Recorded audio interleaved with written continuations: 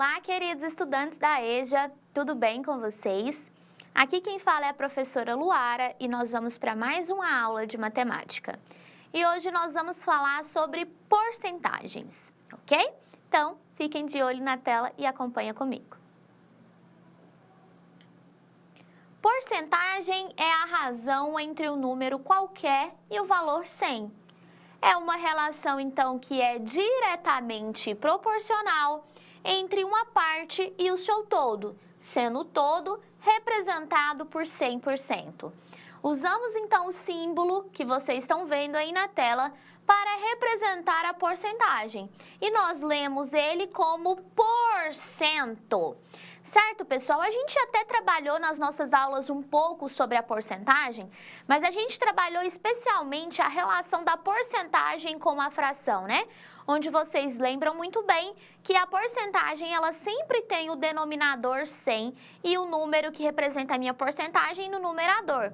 Por exemplo, 20% seria 20 sobre 100, 15% seria 15 sobre 100. E assim sucessivamente, né? Então, o 100, ele sempre representa o todo, que é o nosso 100%. E esse símbolo aí da barrinha com duas bolas, né? Ela é o símbolo da porcentagem, que a gente chama de porcento, ok? E por que que eu sempre coloco essa palavra porcento bem específico para vocês, né? Porque é a forma que a gente vai ler tudo que vocês vão ver de agora para frente nessa nossa aula, que é a porcentagem, beleza? Então, bora lá. Então, eu tenho alguns exemplos de leitura para nós lermos juntos aí. Então, tem o 5%, o 13%, o cento significa 100, tá, gente? O 100%, o 2,4%. Vejam, então, que a porcentagem também pode ser representada com um número com vírgula. Agora, vejamos um exemplo de como calcular a porcentagem de uma quantidade. Então, tenho aí 5% dos 40 estudantes do 7º ano da Escola Alegria não foram à aula de hoje. Então, quando a gente fala sobre porcentagem de um número inteiro, existe uma maneira que é mais simples da gente calcular, né? Então, nesse exemplo em específico, ele está pedindo que a gente calcule 5% de 40. A gente deve lembrar, então, que quando calcula uma porcentagem de um determinado número, nada mais é do que multiplicar essa porcentagem por esse número. Só que antes da gente fazer esse cálculo, a primeira coisa a fazer é tentar transformar essa porcentagem para um número que a gente consiga utilizar para calcular, né? Como, por exemplo, uma fração ou um número decimal, beleza? Então, vamos continuar aí na tela comigo. Como vimos, então, no tópico 1 dessa aula, as porcentagens elas são frações cujo denominador é 100.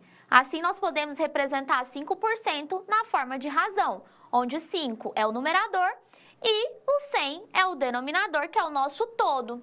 Então, 5% dos 40 estudantes do 7º ano da Escola Alegria não foram à aula hoje.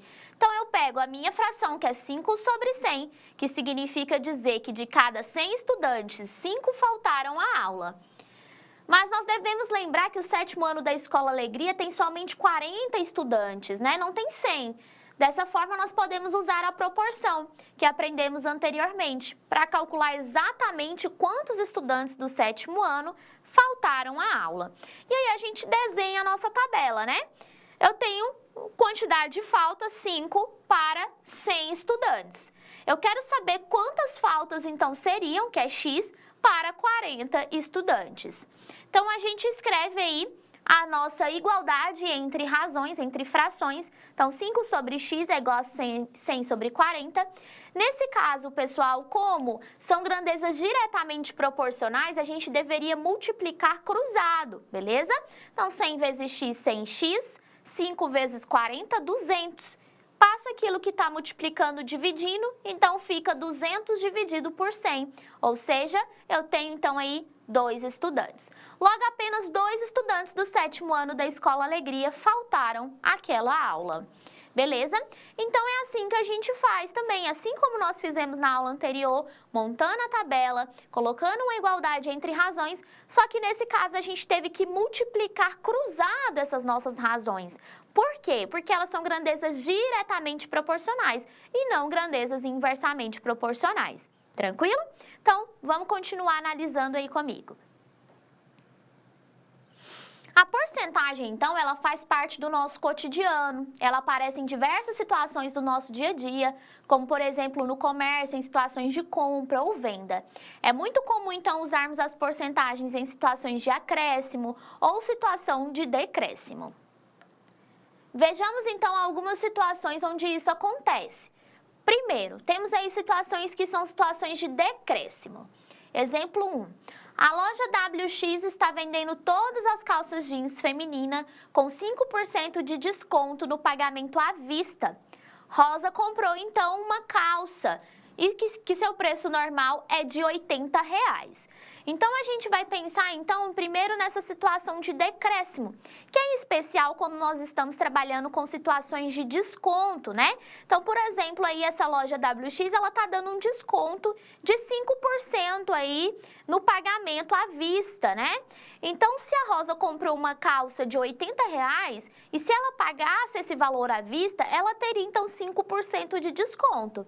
E aí a gente consegue fazer esse cálculo do desconto, que é do decréscimo, beleza? Então vamos acompanhar comigo. Sabendo então que Rosa fez o pagamento à vista, calcule quantos reais ela pagou na calça. Então o preço da calça é R$ 80, que representa 100% sem desconto, tá? E eu quero saber então o preço da calça colocando 5% de desconto. Então a gente usa a expressão algébrica para resolver esse problema.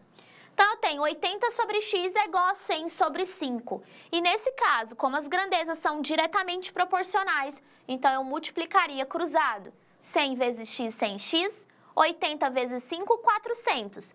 Passo aquilo que está multiplicando, dividindo, 400 dividido por 100 é igual a R$ 4,00. Ou seja, ela teria então R$ 4,00 de desconto nessa calça que custa R$ 80. Encontramos então o valor do desconto no preço da calça. Como no problema a pergunta é quanto Rosa pagou na calça, nós ainda temos que fazer um segundo passo, que é subtrair esses R$ 4,00 de desconto do seu preço total. Então, ainda faríamos 80 menos 4, que é igual a R$ 76,00. Ou seja, a Rosa, então, que pagou à vista a sua calça, ela pagou com 5% de desconto, que é o equivalente a R$ 4,00. Ou seja, o total, então, dessa calça saiu a R$ 76,00. Beleza? Então, essas são situações de decréscimos. Vamos ver mais um exemplo aí de decréscimo, que é o exemplo de número 2. Bora lá. Exemplo de número 2 diz o seguinte: a loja WX fez uma promoção relâmpago nas calças jeans femininas e vendeu 80% das peças. Sabendo que a loja possuía 150 unidades de calça jeans feminina em seu estoque, determine então quantas calças ainda restam nesse estoque. Então, a gente precisa fazer qual cálculo, né? Do 80% do total das calças. Então, tinha 150 unidades e eles venderam 80%. Então, a gente vai calcular 80% dessas 150 unidades, beleza? Então, vamos desenhar a tabela, algebrizar e resolver a expressão algébrica, ok? Então, bora lá. Então, temos aí 150 para 100%, que é o nosso total, e x para 80%, que é o decréscimo, né? Então, usando as expressões algébricas, nós vamos ter o quê? A quantidade de estoque, a quantidade de calça no estoque antes da promoção, que é 150, e o percentual de calças vendidas, que é 80%. A gente escreve, então, a expressão algébrica 150 sobre x igual a 100 sobre 80. Como aqui nesse caso são grandezas diretamente proporcionais, a gente multiplica cruzado, 100 vezes x, 100x, 150 vezes 80, 400. E aí a gente passa dividindo aquilo que está multiplicando, tá? Beleza, encontramos então a quantidade de peças vendidas. O problema então pede para que a gente determine quantas calças ainda restam nesse estoque. Então, o que a gente faz?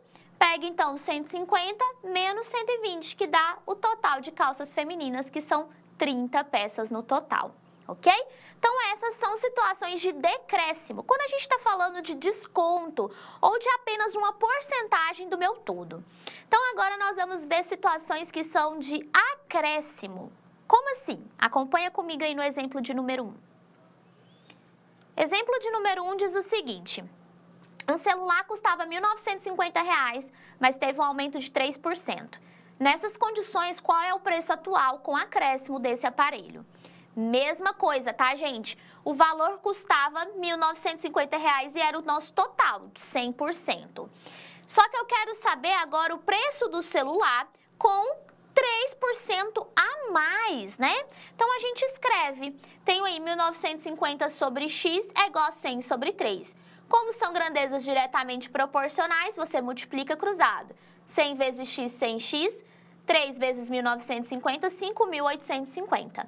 Passo aquilo que está multiplicando dividindo, 1.850 por 100, dá R$ 58,50 de acréscimo. Então, como é acréscimo, pessoal, você ainda vai ter que pegar esse valor e somar aos 100%, que é R$ 1.950, tá?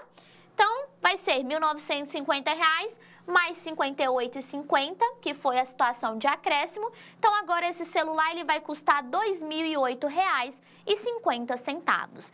Então, as situações de acréscimo vai aumentar o valor inicial daquele produto, né? Em vez dele ser 100%, ele vai ser 103%, ok? É só pensar nessa ideia. Então, se você consegue, você tem o 100%, você calcula os 3%. Então, é só você somar um mais o outro que dá o valor total com o acréscimo, ok? Então, continuando, vamos ver mais um exemplo aí de situação de acréscimo. Bora lá. Então, temos o exemplo de número 2 que diz o seguinte: uma empresa de telecomunicações emprega 125 pessoas e desse total 40 são do sexo masculino. Mas a empresa necessita contratar mais 12 pessoas do sexo masculino. Beleza, vamos continuar aí. Essa quantidade de novos contratados representa quantos por cento a mais de funcionários do sexo masculino? Então, a gente escreve, né? O número de funcionários masculino, que é 40 e representam 100%, mais os 12 que ele colocou aí, né? Que representa uma quantidade X de porcentagem. Você escreve, então, a igualdade entre as frações. 40 sobre 12 é igual a 100 sobre X. Você vai multiplicar cruzado, porque são grandezas diretamente proporcionais. 40 vezes x, 40x. 12 vezes 100, 1.200. Passo aquilo que está multiplicando, dividindo. Então, quer dizer que houve 30% de acréscimo de pessoas do sexo masculino. E o problema, ele quer saber somente o percentual que essas 12 pessoas representam. Então, essa é a nossa resposta. Quer dizer, então, que 12 novos contratados representam um percentual de 30% na quantidade de funcionários do sexo masculino. Fechando, então, aí os nossos exemplos de acréscimos, ok? Então, vamos agora fechar, generalizar tudo isso que a gente viu na nossa aula de hoje. Bora lá! Então, lembrem-se que quando estivermos falando de acréscimo, nós devemos, então, somar. E quando falamos de decréscimo ou desconto, nós devemos, então, subtrair.